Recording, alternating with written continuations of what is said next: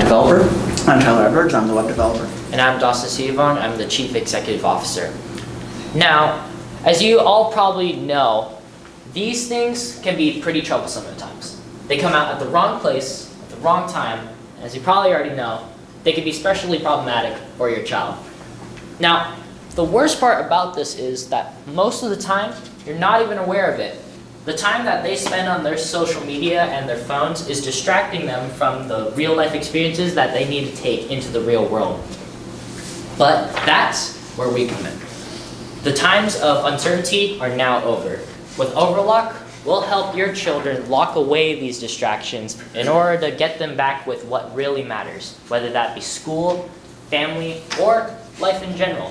So, let OverLock help your child get back on track. Now, as I've already stated before, the problem here is that children are using their phones during class way too much. And as a high school student myself, I can affirm that this happens a lot, not gonna lie. But we also gotta take into account that this doesn't just happen on the high school level. On the college level, we have interviewed 30 plus college students, and 90% of them have stated that they use their phones mostly for social media. And remember that they have these phones on them 24/7. Now that's a lot of distractions. Now, what OverLock does is that we lock away those distractions one app at a time. Now, before you can actually start helping someone, you have to know who you're helping. And that is our target market.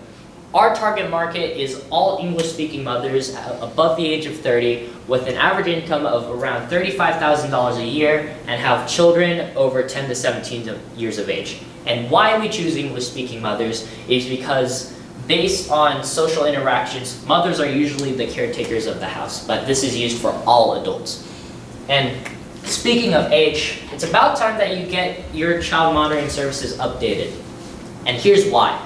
Why we believe that we are better than our competitors, Chore Monster and OurPact, is because we provide you with a user-friendly interface and multiple layers of customization to suit everyone's needs.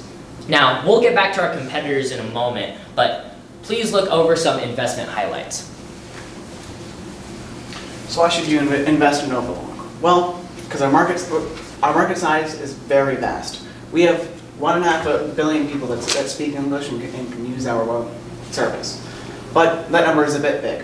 So we decided to bring it down by 22% for people who just live in just the US. Knock that down again by 26% to account for just mothers living in the US.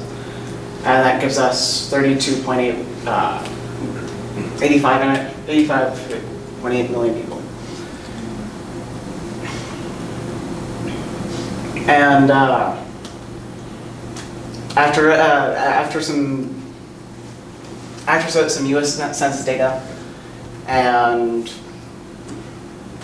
other stuff, we brought it down to 32.8 million people. Thanks. As for our competitors, there are very few. On our left, we have Chore Monster, and on our right, we have OurPact. Chore Monster is what we consider an indirect competitor because their age demographic for children are ages 6 to 12 instead of our 10 to 17. And the app itself is based around children focusing on doing their chores and building characteristics such as responsibility. As for OurPact, which is our more relevant competitor, we consider them a watered down version of us. They include the basic fundamentals such as being able to lock apps and a locator that can locate the whereabouts of their children, but they miss out on things such as app statistics, which I'll get back to in a second. So our UVP, which is the thing that distinguishes us from our competitors and as a company as a whole, include our considerable price difference from our competitor, our tracking and locating feature, which allows the parents to locate the children's whereabouts, a babysitter feature, which allows the parents to redirect OverLock to a babysitter while they're out and about doing their own things, and our app statistics. As you can see on the left, the app statistics page gives the parents a list of apps that they might want to lock in the child's phone. The statistics itself are the hours that are used on the phone, whether or not data was being used for the app itself, and the time periods that they were using said app. As for our other lo-fi mock-ups, we have the homepage, which gives the parents a brief overview of what children are on OverLock and a checklist or to-do list. And our locator, which once again is a locating device that allows the parents to track where their child is. For MVP, we were monitoring the conversion rate between people who went to our website and signed up for our newsletter. And because the conversion rate was pretty good, we decided to not pivot from that. So our marketing plans include an email newsletter, which is bi-monthly, which you can sign up for on our website, where we have a big button multiple times that says buy now, as well as social media such as Facebook, Instagram, and Twitter. Most of our followers are centered around Instagram, and that is where we get most of our customers from. And in 5 years, we plan to reach roughly $25,000 and customers, 25,000 users on our app. Now, as she has stated how we're going to be bringing in these customers through social media, I'm going to be discussing how we're going to be generating revenue. Up on the screen, you can see 3 different recurring revenue models. We have our $4.99 plan, our $12.99 plan, and our $49.99 plan, which all range from different prices and different lengths of subscription use. And one thing I would like to point out is that each time you go up in the service, the price per month gets cheaper, which no other competitor does besides us. And I feel like that's what makes us different. But one thing that we have to take into account is how many people are actually going to buy our service.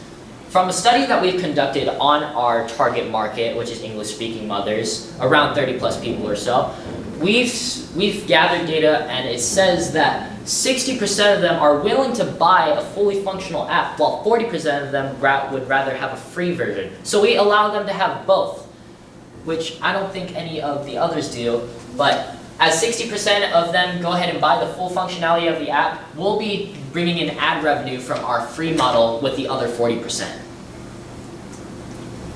So as for our revenue, in year 1, we're expecting $150,000 in revenue, and that'll double in the amount by 5 years and get $300,000 in revenue. So what we're asking for is $25,000 for 5% investor equity. Now, these numbers are coming off of our pre-money valuation of $600,000 and our post-money valuation of $625,000. So the way we plan to use this money is going $2,000 towards buying a new laptop for our app developer, also paying $10,000 for professional app development because there's some features that we are unable to create right now, as well as website hosting, the domain name, AdWords, and getting the app on the Apple App Store, as well as a liquidity cushion of $10,000. As for exit strategy, OverLock is seeking $25,000 with an internal rate of return of 37.4%, which is roughly $50,000 and a money multiple of 3.8 times over. Our exit strategy after 5 years would be selling OverLock to a strategic buyer that is familiar with the application field. Now, whenever you're ready to get your child back on track, go with OverLock. Thank you. If anybody has any questions, we would be glad to answer. What are the differences in features between the free version and the paid version? The free version, it gives them all of the features except for the babysitting feature, which is one thing that our other competitors don't do. We feel like customers going into the app should have most of all of the features, so then they can get the most out of our app. But the limitations are the amount of children that you can have on the app at once. So for the free version, you can only have up to 2 children, which is the average amount of children for a regular household. But when you get the paid version, you can list an unlimited amount of children in your subscription, as well as the babysitting feature that Gilbert mentioned earlier, which allows you to give control over to the babysitter when you don't have time yourself to monitor your children on your own phone. How does this work? Okay, so within the coding, we found that you can link coding from one phone to another phone. Our pack does this, and although we have yet to completely understand exactly the specifics of how the code works, we have looked into it, and it is something that's possible. What happens is that there's an app on the parent's phone, and there's an app on the children's phone. The parent logs in on the child's phone using their code or their password, however they plan to log in, and the child is unable to delete the app or log out. And what happens is the app being on the child's phone allows the parent to control the apps from their phone. And by control, I mean being able to allow the child to not access the app. However, we do have a privacy concern that has been brought by multiple parents and their children, and that the kids don't want the parents on the actual apps, so they're not actually able to look at the content of the apps. They're just able to lock it. What happens when it's locked? Is it just grayed out? I mean, how is it on the phone of the child? Do you know the little notification bubbles up on top of them? We're going to have a little notification bubble that basically has a little lock symbol on it. That means it's locked, and if the child tries to actually open the app, let's say they didn't notice it, a notification pops up that says, hey, this app is closed right now. And it also sends a notification to the parent's phone that an app that somebody tried to access the app.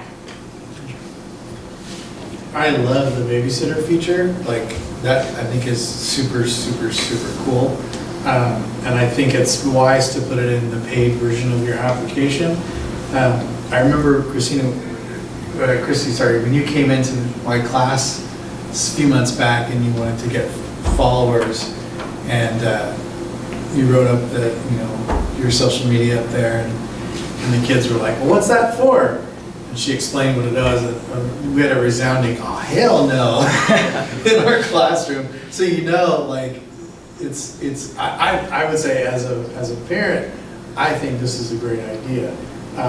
My only concern though is being able to, the average mom, is she going to know how to manage the software that's involved here?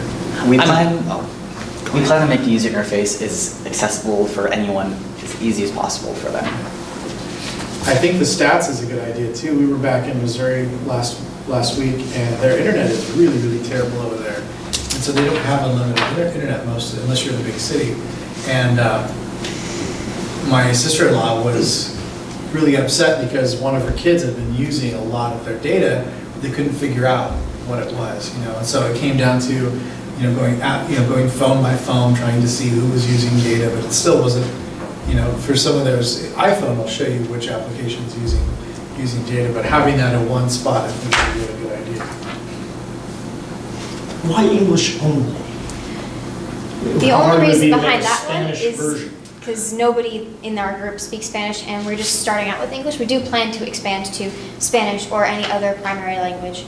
But for right now, especially since we're mostly centered around the United States at first, we do want to target English-speaking mothers, which is a large majority of the United States. Although we do in fact plan to expand, it's just not in our current projections.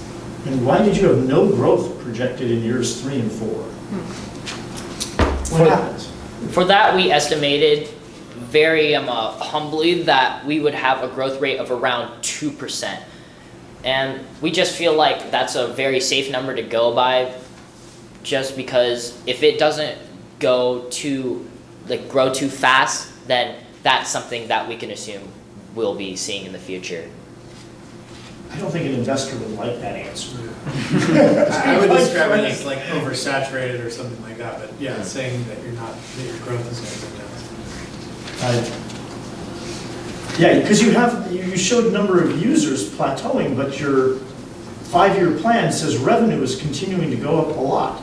Oh, that is because our service is a recurring service. So then these people buy it over and over and over again once the subscription ends. So the plans that we were talking about earlier, they will buy those once the subscription ends, and that's how we keep maintaining revenue. These aren't the same as those. These are just new folks that are getting added on. Yeah, but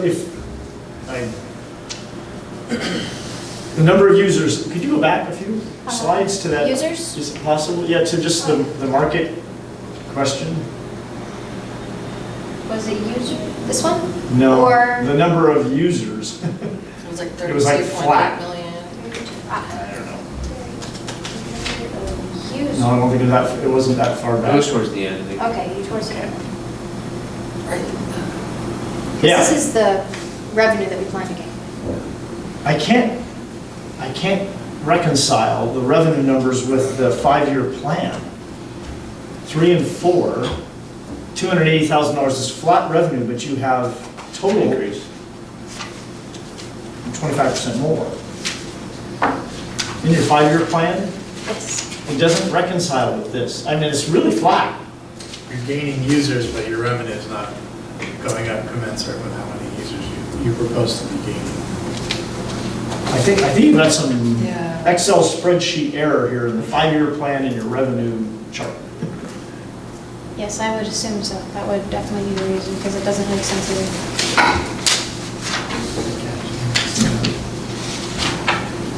So yeah, so what's your marketing strategy to target those English-speaking mothers with children? So mostly we plan to use, right now we're using Instagram, but once we are able to actually use AdWords, we plan to expand towards Facebook and target the ads on Facebook, since that's where mothers seem to hang out more rather than Instagram. But since we don't have ads right now, we're primarily on Instagram. But once we do get AdWords, we are going to target mostly towards Facebook, because that's where mothers are. So that's what our marketing strategy would be for that. How long has RPAC been around? That is something that I have not researched. Do you know what their total number of They have downloads? 50,000 downloads with a 2.6 out of 5 rating. Wow. Why 2.6? It was 10.7. It was 3.7 for Short Monster. Oh, that. What were the comments about why the rating was so high? I looked briefly, skimmed through them, and it was a lot of user interface problems and just the child not having a child, the app itself was not child safe, so they could, if they restarted their phone, they could take out or make it invalid, the app itself for Apple. In terms of marketing strategy, I would include those as part of your benefits Yeah. list, right? Yes. And on your marketing, so you put $915 for AdWords. So I mean, it costs about $50 to boost to about 1,000 people. So if your target audience is 32.8 million, your budget's gonna need to be a lot higher than $915. So have you guys looked at the cost for AdWords? So on Google, you can go on the back end and you can see the AdWords. We did search it up, and it was, we thought it was, It was what? roughly $10 to $13 per day for AdWords, and then we are planning on having it spread out every other day throughout the entire year, and that added up to a total of around $915. And so what you have to do is increase your DMA. So the DMA is your geography. So your 32.8 million, is that for the entire United States? Yes, that is taking into account all of the English-speaking mothers in the entire United States. So Google AdWords, for $10 a day, you could target parts of Fresno possibly. So I can show you guys later if you want, like how to pull it, and you can do it for the whole nation. But on Facebook, you actually go to Facebook directly or Instagram for boosted posts. And like I'm saying, it costs, we do about $50 a day for about it goes to a reach of about 1,000. So what I'm saying is to reach 32 million, to boost the post, what they call boosting, you do that directly through Facebook, it's gonna be a little bit higher than $915, just to let you know. Okay. And I'd be happy to show you guys. I could see, I didn't bring my laptop, but I could help you guys show you how to pull AdWords. It's a free service. As long as you have a Gmail account, you can set up a Google AdWords account. So you guys probably have that if you got the $10 budget, right? But Google will also suggest related keywords. So just to think about how the parent might be looking, you know what I mean? They might be looking in a way that you're not even thinking about, you know what I mean? We'd be thankful for that. Good chance.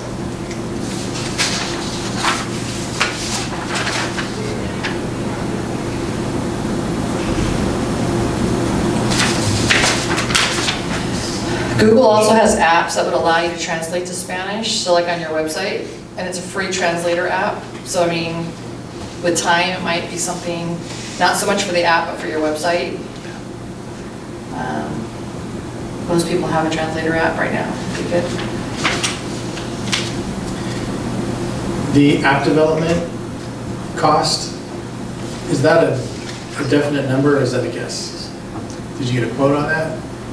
We were able to get a definite number from a app development site, that stated that it will be around, or like $9,999.99. We just rounded it up. So, but were you able to talk with someone, communicate like the, or is that a like baseline price? Baseline price. Okay. Okay, so it could actually be more, given the fact that this is going to control all the other apps on the phone, is going to require elevated security, privileges, and all that, right? Okay. I would recommend doing that from a couple different sources too, like talk to some places, just so you know that's not a surprise, because you would hate to find out that it's actually, you know, $30,000, because apps can get really, really pricey. And maybe have a tutorial, because like they were saying, some parents aren't as tech savvy as other parents, or else they wouldn't need it probably. But there's a lot of parents that, they just know they can see their kid is always doing it, but they just don't know how to control it, you know? I like your logo. Well done. Thank you. Thank you. Any other questions for the time being? Joe, guys. Thank you so Thank much. you. Great idea. Yeah. There is contact information on every page in the investor